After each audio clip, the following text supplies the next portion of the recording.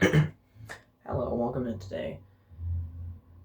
Today I would like to talk about two very specific things, two very specific fictional weapon sort of things. Um, Specifically, one of them as to why, specifically how they work and why we fail to understand how they work, more or less on one of them, how Disney has butchered it. Because Disney owns both of them now, but hasn't touched one of them really. All right, let's get into it. First, I would like to discuss Captain America's shield. This is the one that Disney hasn't changed much from comics even. A lot of people don't seem to understand. Oh, heavy metal shield falls to ground, should not bounce off wall, does not compute. With our physical metal, the metals that we have, and that kind of thing, yes. People bring up the fact that it's vibranium, and that's why it wouldn't bounce. Because if it was maybe like aluminum, it would be lighter and be able to bounce off the walls. But no, it's vibranium, and it absorbs kinetic energy, so it should just fall to the ground.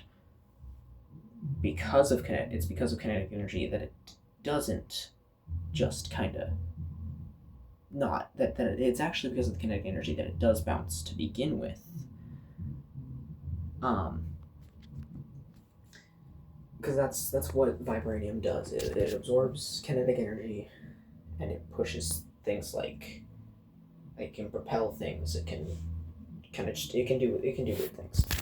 Obviously, it's a fictional metal to begin with, right? So why are y'all hating so heavily on uh, the way fictional metal says in its fiction that it works, right?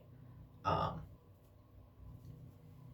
Vibranium, metal shield. Now, what happens with Black Panther's suit? Whenever he absorbs enough, he's able to like dispel that energy. Yeah, so that's what the shield does on its own. It hits a wall, and that collision is essentially pushing the wall away. So the kinetic energy it gathers essentially pushes the wall away, but since the wall is rigid and the shield isn't that heavy, it bounces off. It pushes the wall, but it doesn't push it enough to continue. It just kind of bounces away. It's such a fine, like, explosion, essentially. Just a very small little, like, bounce, which is why it throws people back. That collision, it bounces both objects backwards. That's what the kinetic energy does. That's the whole point of it. That is what makes the shield bounce, not what prevents the shield from bouncing, not what should prevent the shield from bouncing. People don't understand that. I personally don't know why I understand that better than a lot of people, um, but it's fine. I've said what I need to say about that, except I'm not quite done. Um, when Cap has the strength to throw that, it rolls through the air, it collects all the speed and kinetic energy that it needs to bounce off surfaces, to bounce multiple times. Yeah, it doesn't use it all in one hit. That's how it's able to bounce, and each second in the air, each fraction of a second in the air, it's gaining more and more kinetic energy, because that's how kinetic energy works. The way the shield spins, that's how it bounces. Um, and as far as other people throwing it, like, oh well, he didn't have the super soldier serum. He shouldn't have been able to throw that shield. It's a strength thing, not superhuman strength. Just strength. Like, a toddler couldn't throw the shield. A toddler with the super soldier serum couldn't throw the shield. But a grown man who was served in the military with very heavy artillery should at least a little bit know how to heave a giant metal object, yeah? One would think. Which brings us on to our next item slash weapon slash whatever you want to call it. Again, fictional. The lightsaber, in general, all of them, with the exception of a few, because yes, there are other crystals that do other things. Like the cold crystal, for example, it makes the lightsaber freeze things. The lightsaber is a laser sword. It is a laser. Laser is concentrated light. But their take on it is it's concentrated and heated light in this instance. Now, is this a possibility that we could make? Literally, it quite literally is. There's a group of people on YouTube who have successfully made a prototype saber that functions, that has a hot metal blade, or has a hot energy blade. It could be better. There's obviously tech we need to make it better that we don't have, but not the point. Point is, with the saber, people don't seem to understand the science behind the heat of it. I guess maybe not so much the science behind it so much, but and this is because, and so many people are like, oh, Disney butchered that. No, Disney didn't do anything more than George Lucas did with it, actually, because Lucas stabbed Qui-Gon. No blood, because he cauterized it, because it was cauterized immediately as the blade was going in, and then as it came out. How do you think Darth Maul survived getting split in half? And that was George Lucas entirely in the Clone Wars when Maul came back. That was Lucas. Lucas said, hey, dude got his legs chopped off, he can come back. That being said, Lucas also said that, oh, Luke got his arm cut off, he can come back. Anakin got his arm cut off, he doesn't need to die from that. Dismemberment. Entirely dismemberment. But there's no vital organs in your legs. That's all in your torso. That's all up here. We don't need our legs any more than we have them. So cauterizing the wound essentially just stitched all that in above the waistline. Like, nothing broke. Maybe the appendix got a little messed up, but let's be real. We take out appendixes because they're not used anymore. Like, Darth Maul lived. That's how that works. Qui-Gon didn't live because of where he was stabbed. Through the chest, where all those vital organs are, right? Sabine Wren? No, she survived. She got stabbed in a kidney. She lives. Because cauterized wound, and you don't need both your kidneys. So, take from that what you will. Disney has not butchered the lightsaber. It still cuts through metal. Oh, but it doesn't kill people anymore. Did it ever really kill anyone other than maybe one or two people? A dude got his head cut off. A dude got his head detached from his shoulders. Yeah, he's gonna fucking die. Like, Disney canon didn't really kill many people with a lightsaber. Or not Disney canon, Lucas canon didn't really kill that many people with a lightsaber. Maybe if you look at the legends, there's a lot more deaths with lightsabers. Sure, that's fine and all. But y'all are complaining about something, about a problem that doesn't even exist. And then further from that point, because I made that point in an earlier video, that's no longer the point we're talking about. Further from that point, further from the point of Disney butchered Star Wars. Lightsabers themselves, how they would work in reality. That's the segment we're on now.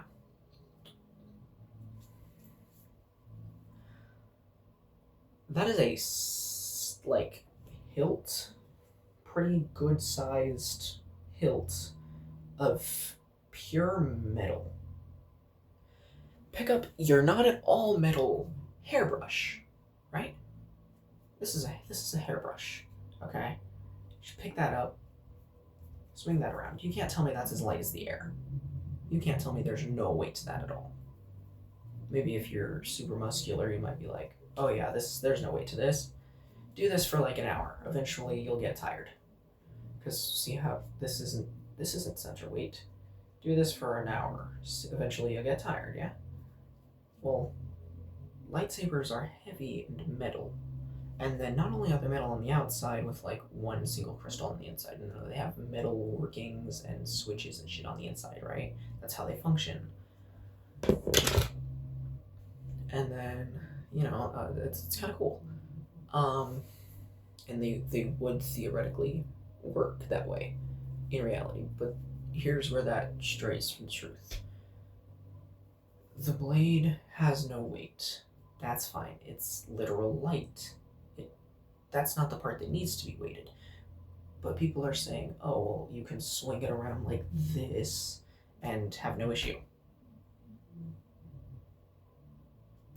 But, like, is that necessarily accurate?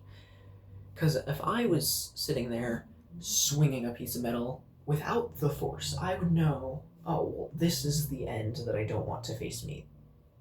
Take a flashlight. Swing it around like that. Just do that as fast as you want. Chances are that beam of light isn't actually ever really going to hit you because you know subconsciously, like, I don't want the beam of light touching me, so I'm gonna swing it more that way, right? I'm gonna swing it away from me. I'm not gonna swing it towards me. Well, how would we hurt ourselves with lightsabers in reality? We wouldn't. Lightsabers are not light. They are literal light, as in like the construct, the light, like lights. But they're not like paper light. They're not like weight light. They're weighted. They have to be. There's no way they aren't. And there are just ways behind that. Okay, let's say Star Wars metal is just really super light in general. That's how it can fly or whatever. Cool. Then this logic no longer matters. That's still not really why people hate the lightsabers. They hate it because Disney, we're back to Disney because this is really where it all comes from. And this is really why the science needs to be explained so that you can understand. Disney got it right.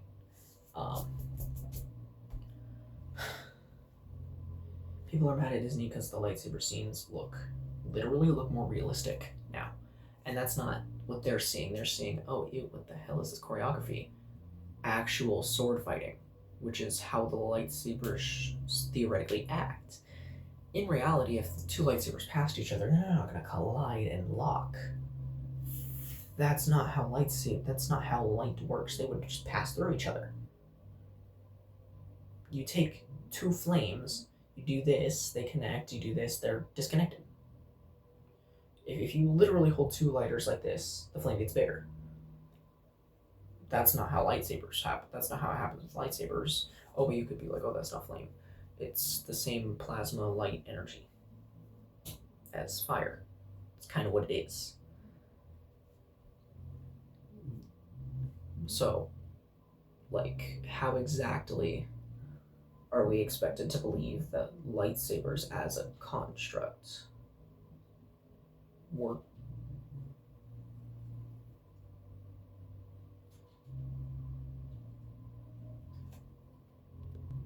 How are we expected to believe that lightsabers as a construct work the way we're told they work?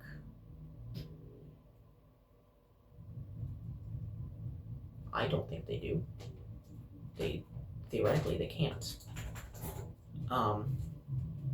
Obviously, I'm not some college professor. I'm a teenager who's barely into high school, like starting my second year of high school soon. I'm not that educated, but I understand the fundamental science behind it, the baseline of it all. And that's all I really need to know to enjoy the films, to enjoy how I know that it works. And again, I know the fundamentals of sword fighting as well. When people clash the sabers, that's clashing a blade. It doesn't need to be weight there. That's not what people are mad about, though. People are really, truly mad about the way. I don't know, what are y'all mad about with the lightsabers? They're perfect.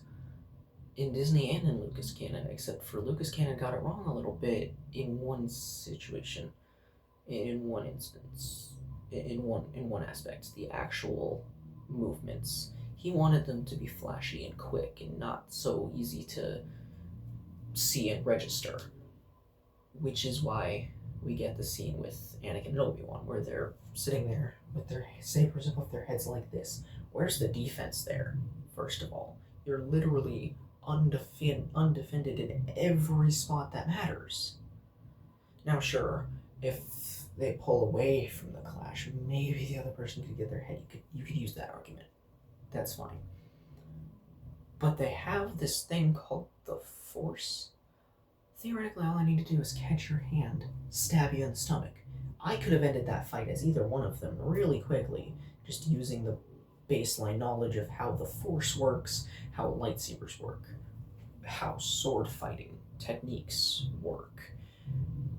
Throw me in as an actual Jedi with the same abilities, with the same usage of the same abilities, and I can take out pretty much any other Jedi. Can tell me I'm wrong if you want to. Oh, this Jedi can do this and that. I just said give me their powers. That would include those. That would include being able to tap into those, because I understand it in some manner how to access that.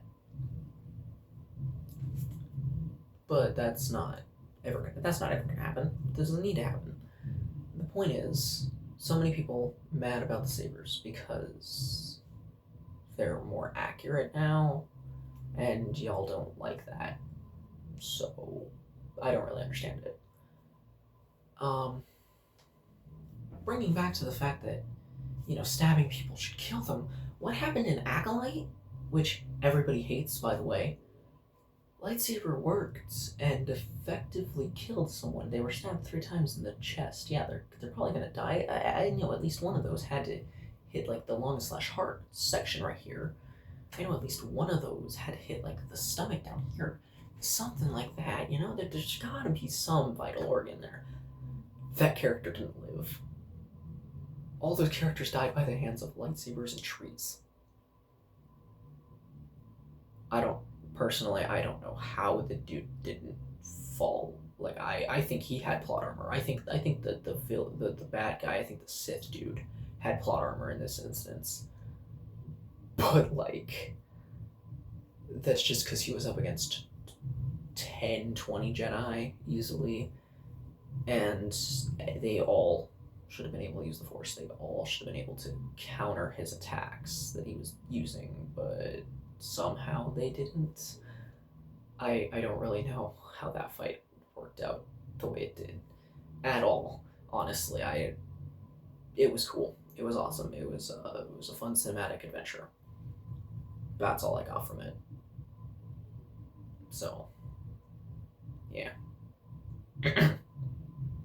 But again, not the point.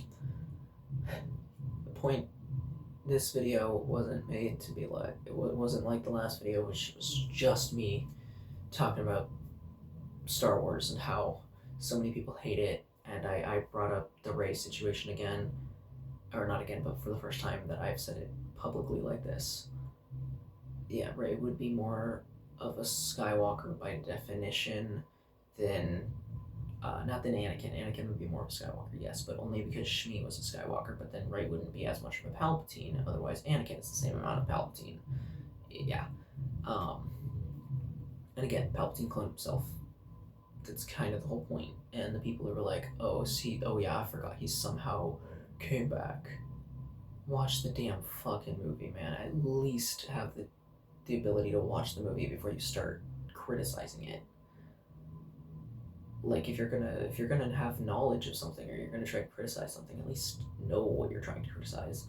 I'm not gonna come out in the world and be like, oh, One Piece sucks ass because of this and that, even though I have never actually watched the damn thing.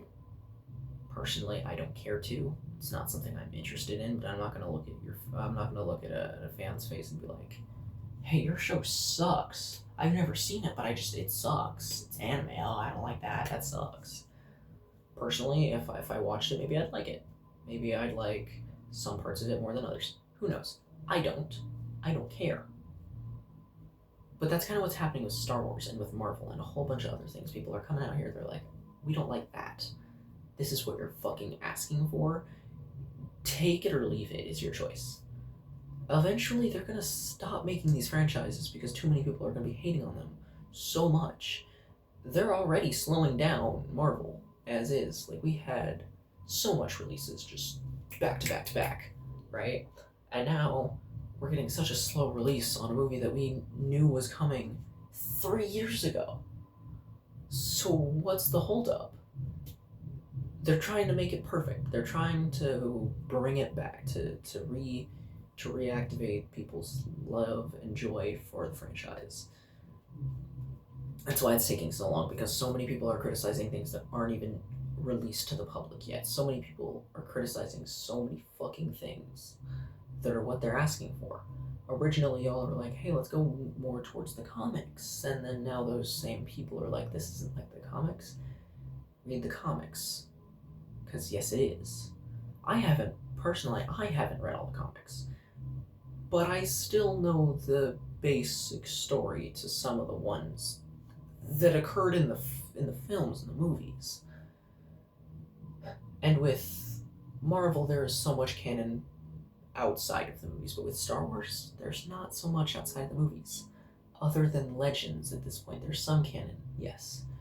But there are also legends that I, to this day, will always consider as canon, because there's no reason that some of the legends could be considered as non-canon. Like, the original orange lightsaber will always be the way orange lightsabers are in my head, because that's the saber that I chose for who I would be as a Jedi. The orange lightsaber originally was you would take an oath not to get the orange crystal, but more or less you'd get the crystal because you took this oath, because it's just kind of part of the different, it's a separate order. It's not Jedi. It's not Jedi focus. It's a separate order. Now, a Jedi could get an orange saber. It's a lot less common, but it could happen because of the same fundamental mindset. People who prioritize using the Force to enable them in battle, to disable their opponents in battle, is more or less what the orange blade represents. If you need to pull out your lightsaber, you do. You use it for what you need it for. It's there so that it can help you when you need it, but you're not supposed to be like greatest duelist ever. Nothing like that. That's what the blue sabers are for. The blue sabers are duelists and shit, but I don't even know what Disney's trying to do with the orange saber at this point. Like, they brought it in, like with Balin Skull and whatever his apprentice's name is, and like, you know, they're like whatever they are. They're like, what, bounty hunters or something? I don't really remember. But they have sabers, and they seem to follow more along the lines of the Sith ideology rather than the Jedi ideology, which obviously for the time era makes sense. But we're assuming Balin Skull, because he's old, because he looks rather old, was originally a Jedi, or at least originally under like Sidious's command, or maybe Dooku's command or some shit at some point. We don't really know his backstory as far as I'm aware, but that's not the point. The point is, there's a lot of legends I still consider to be canon, because in my head that is how this would make more sense as canon. But there are so many people who are like, oh, the sequels aren't canon because Disney fucked it up. Okay, so I guess the Solo movie isn't canon, Rogue One isn't canon. People love Rogue One, man. The Star Wars Rebels, that's not canon, even though that was a very good tie-in to some of the legends that we had previously as comics and as a form of Lucas canon. That was a great show again, but that was Disney, so I guess we should all hate that. You know, it's bullshit. It is entirely bullshit, and people aren't realizing that yet, and it's starting to piss me off. It's starting to drive me insane. The hate on Disney is going crazy, and it needs to end. It does. But this was to explain the fundamental science behind Captain America's shield, because no one seems to understand that, and the lightsaber, because again, no one seems to understand that. Now, Cap Shield, we should have left that shit back in 2015 when it was really a popular debate, but it's still around. There are still people who are like, not how it works. yeah, it is. I hate to break it to you. And again, things work that way in fiction, and in the fiction that they're from, it's told to us that in that universe, that is how this works. You cannot argue with that logic. You cannot argue with something that isn't real world. But since you want to, I'm gonna bring the real world facts with me.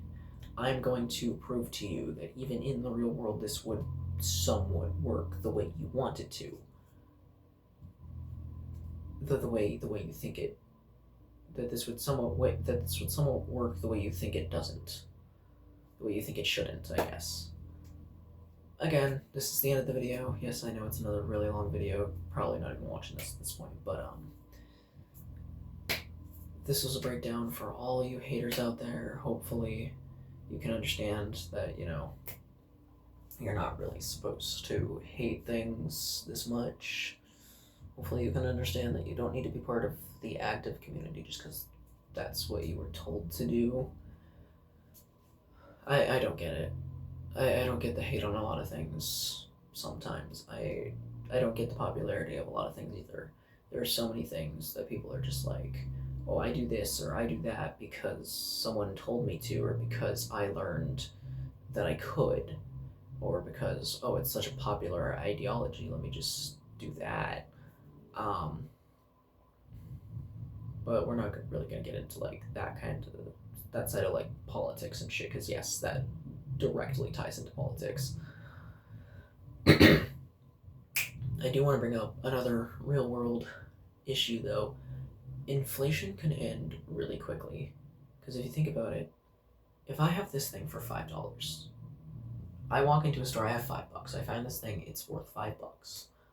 Okay, I'll take it. It's mine. I like this kind of food, or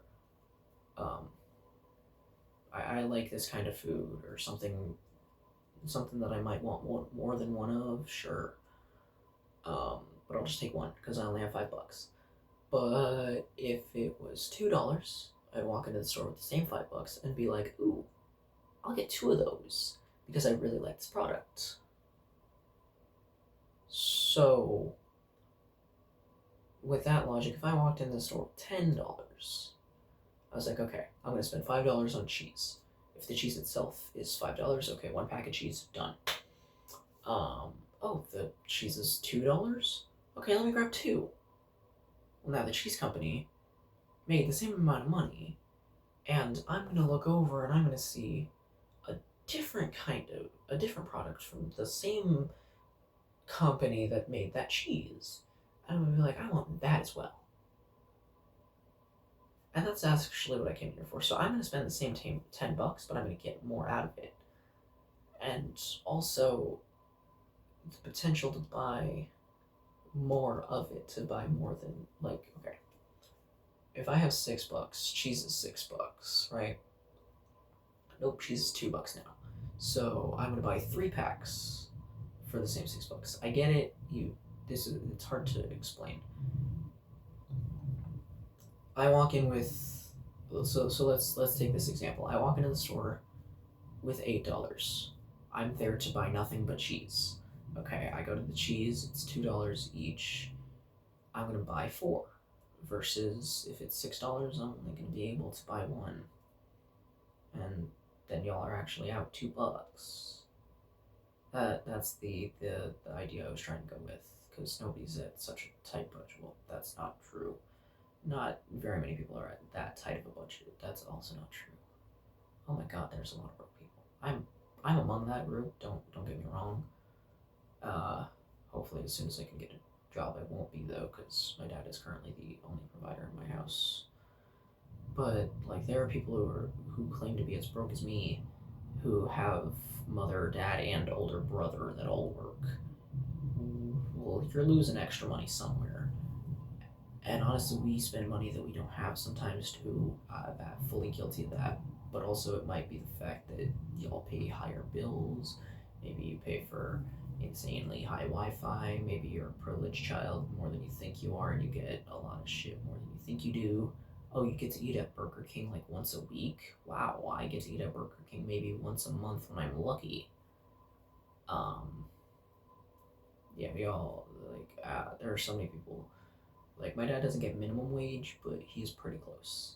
And you have three people who are all working for probably a little more than minimum wage at this point because they've been working for a few years. Yeah, I don't think yours broke to me. Um, Ignore that again. This is shifted to real world consequences again because it started on the Disney side of things and then it just spiraled from there. All right, bringing it back.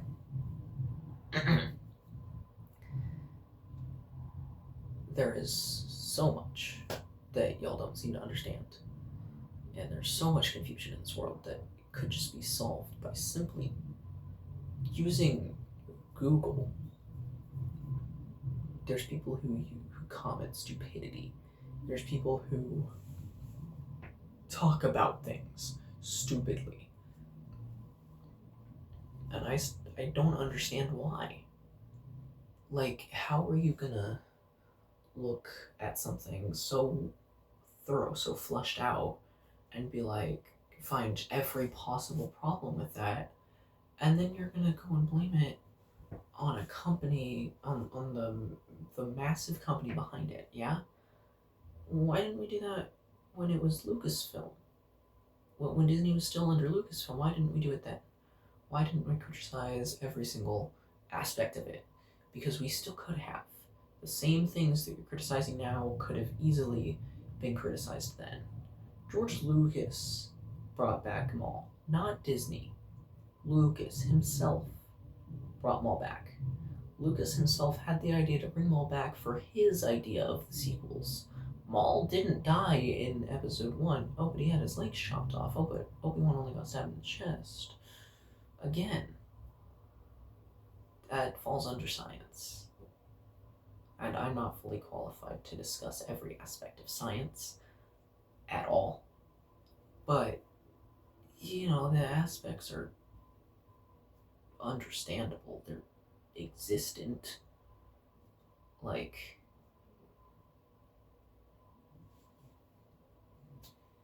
just base fundamentals. It's just how things work. Okay, I'm done. I digress. This is a video that is way longer than it needs to be. And probably no one's probably even gonna watch it this far, or even far enough to really see anything. I don't know. Alright, I'll see y'all later, and I guess have a good night, or whatever time it is for you.